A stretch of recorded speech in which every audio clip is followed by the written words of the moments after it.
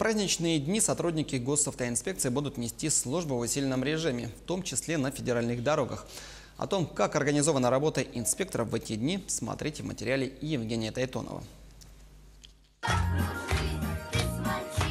Сотрудники ГИБДД приняли участие в акции «Полицейский Дед Мороз». С подарками и теплыми пожеланиями инспекторы поздравили наступающим Новым годом воспитанников Максоголовского детского дома, который они курируют вот уже более 20 лет.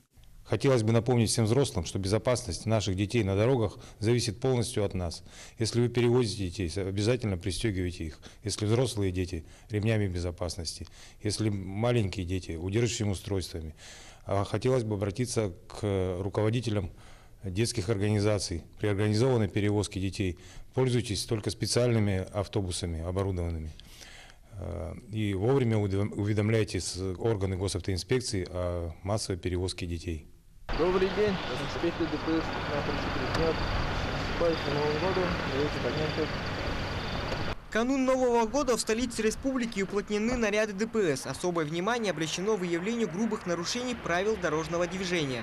Вот эти праздничные мероприятия, они как бы для полиции, для органов внутренних дел более напряженные, так как работы в данном направлении у нас много по обеспечению безопасности дорожного движения, охраны общественного порядка. Поэтому, можно сказать, у нас 100% задействование.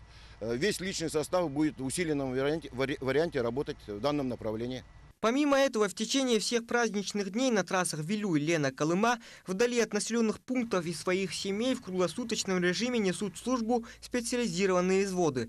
Экипажи ДПС не только обеспечивают безопасность на трассах, но и всегда готовы оказать помощь всем участникам дорожного движения при возникновении трудных ситуаций. Специализированный фургон оборудован печным отоплением, спальными местами и газовой плиткой. На федеральных автомобильных дорогах, в основном как бывает, вот в такие холода у кого-то машина замерзла, встала, заглохла. И вот в таком случае, конечно, мы человеку поможем в первую очередь, его согреем, в тепло его, чтобы он отогрелся. Потом уже можно будет насчет эвакуации автомобиля также продумать ситуацию. И либо человека доставить до населенного пункта, чтобы он дальше мог уже организовать эвакуацию транспортного средства своими силами или с помощью нас. На обеспечение безопасности дорожного движения задействован весь личный состав госавтоинспекции по всей Якутии.